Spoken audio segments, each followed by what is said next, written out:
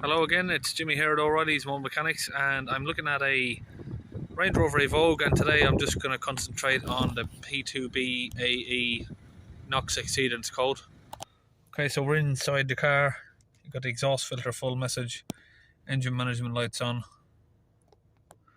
We'll get our diagnostic computer here in, ECM, and look at the codes that we got. This diagnostic machine is a launch Euro Tab 2. So these are the codes we have: the P2463 for the soot restriction in the particle filter. We have a NOX exceedance there, P2BAE-00, and a P2BAE-02. So what does it mean, P2BAE-00? It's got a NOX exceedance, so there can be a number of reasons for that. Now, this vehicle ran out of AdBlue, so again, that can cause it.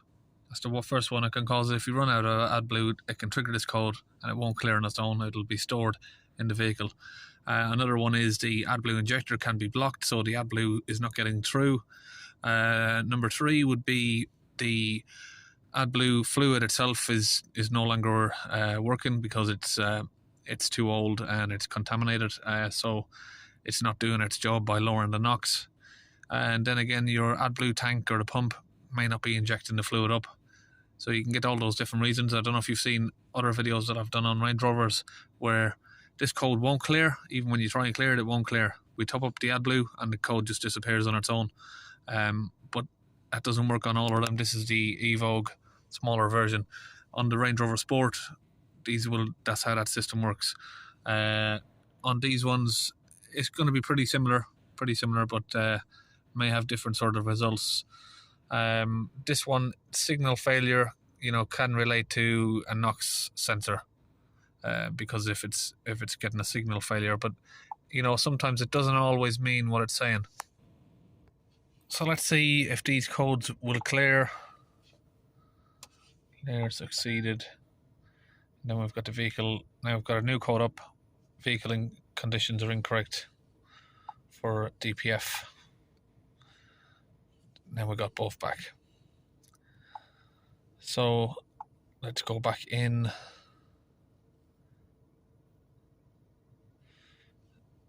Come back too far.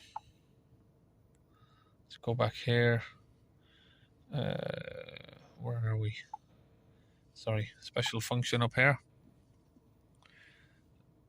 Common special functions. And we'll look for the AdBlue.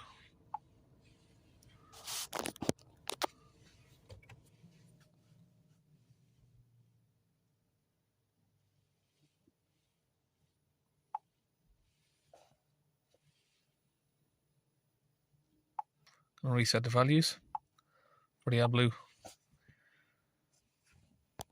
And we'll just wait for that to initialize. So now we're going to go into the DPF, which will hopefully be in the exhaust emission. So what we're going to do now is we're going to reset all of the adaptions on these, because what we're going to do is we're going to clean the DPF and the SCR after we've done this. So reset the quality monitor on the SCR, or selective catalytic reduction. Check the instrument warning. Check the instrument cluster. Is the selective catalyst warning still displayed? Well, no, not for that one exactly, because that's for the DPF.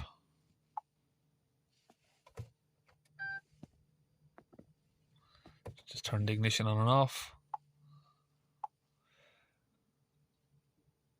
Reset the dose and malfunction. Where is the reset the actual DPF itself? So we'll do this one as well anyway. Turn the ignition back on.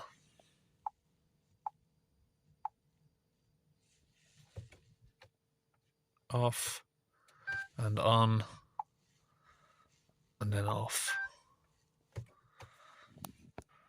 So I can't see any option, or I don't know if I'm just going a little bit blind. I can't see any option to reset the DPF or tell her to add a new one. Exhaust fluid replacement. Reset the fuel pump adaptions.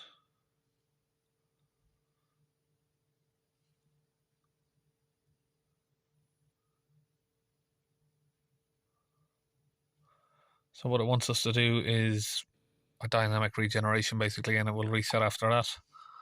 It's not something I really like doing, but the dynamic ones ain't too bad on these.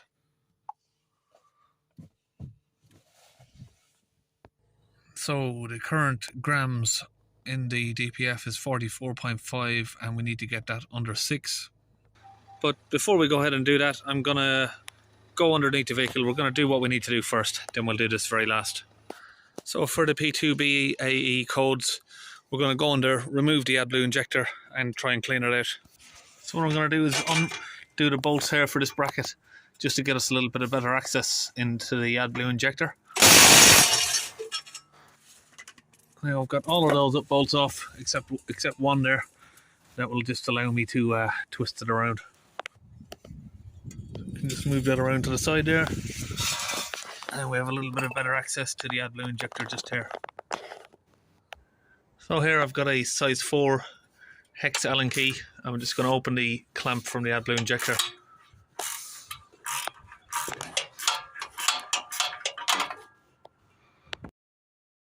Okay, so we've got the AdBlue injector off there. We've had some little bits already just fall off it, obviously, when it's been undone. You can see there it's partially blocked.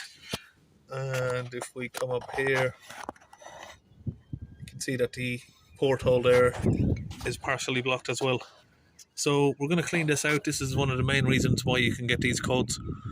Just typically because the fluid is not making its way through the catalyst or into the exhaust system there, because you've got a partial blockage. Now that sprays in usually a 3 spray pattern, and it sprays quite wide.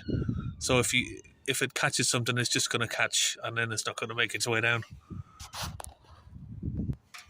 So we just use a little pick to clean around the area there, and then clean around the AdBlue injector itself. Get all of that crust off of there that's blocking the way. So I'll just use my 2 hands for a minute and then we'll get back. Okay, so now we've got all of that cleaned out. It's pretty clean there, and we've cleaned out the injector port there. So we'll just pause for a moment. Now we're just going to fill up the AdBlue. You just got to do this very slowly. If you do it too quickly, it will look like it's full, but in fact it's not. Because if you fill it too quick, it just fills up the tube. So we've cleaned the AdBlue injector, we filled up the AdBlue. Now with these Range Rover Evoques, Discovery Sports or Range Rover Sports, I've had like a 95% success rate from just doing that, cleaning the port out, refilling the AdBlue injectors and resetting all of the adaptions on the catalyst, SCR system, and all of the AdBlue, all this stuff here, catalyst reduction. Sorry if you can see the screen. Reset all of these, clean out the system, fill up the AdBlue, and that's usually fine. But we're going to put some cleaner now through the DPF and up the top through the EGR cooler, which is down there, but we can go through the pipe, which is just over here. Okay, so I've got my cleaning gun full with 50% of the Launch UK particle filter cleaning fluid and 50% of water. This is deionized water, if you can get it, maybe a little bit better. And we're going to connect it up to the compressor here and get it pumped in. So I'm going to get this tube inserted in where the AdBlue injector came from. Push that on there. Now we can squeeze the trigger on the gun here and get that fluid pushed in there. So that's going to go through the tube into the DPF there.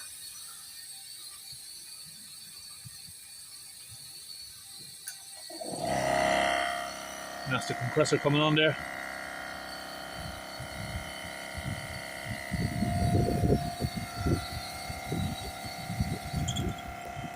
Now all of that fluid's in there, we just close back up the AdBlue injector, clamp it back together. Now we'll remove the engine cover and get down here to this low pressure EGR sensor. Now we're going to start the vehicle up. And we're just going to clamp that tube there and connect the holes up to it again, just like that.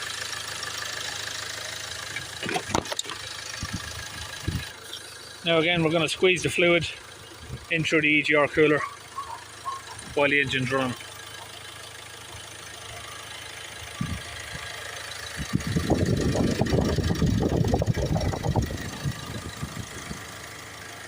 So now all of that fluid's in there, we've put the pipe back on. Now we'll just give the car a few revs. We should get some fluid coming out the back.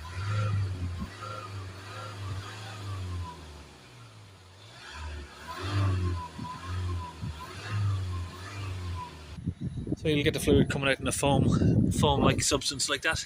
It's coming out of both exhausts there. Okay, we'll now take the vehicle for a drive. And we will put this dynamic regeneration on. Now we have put some fluid in there, so there's going to be a lot less risk of the actual DPF overheating. So we need to get that 44.5 grams now down to 6, which shouldn't take very long, because once you drive it, it's going to read the pressure, and that's calculated. These numbers here, they're calculated on how much pressure is in the engine or in the DPF, and the higher the pressure, the higher the calculation is going to be. So once we drive it down the road, this should lower pretty quickly because we have just flushed it out. So what you'll see there as we're driving it, you'll see these numbers just going down. And again there, it's just lowering as we're driving, down to 20 now. Okay, so it's now telling me to stop the vehicle as it's at its lower limit.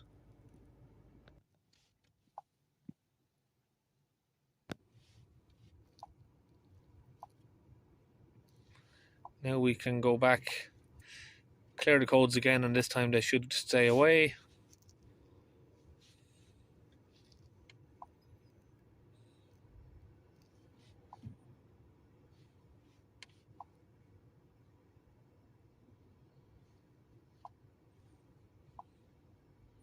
Then we'll take the vehicle for a drive again.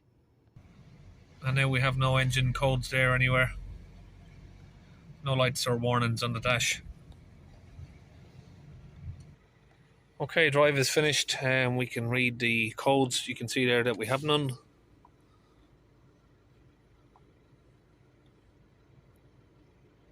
So that's it, we no longer have codes. We've taken it on a test drive. Now, like I said, this do fix, obviously the DPF's been done, but the NOX exceedance, it does fix 90%.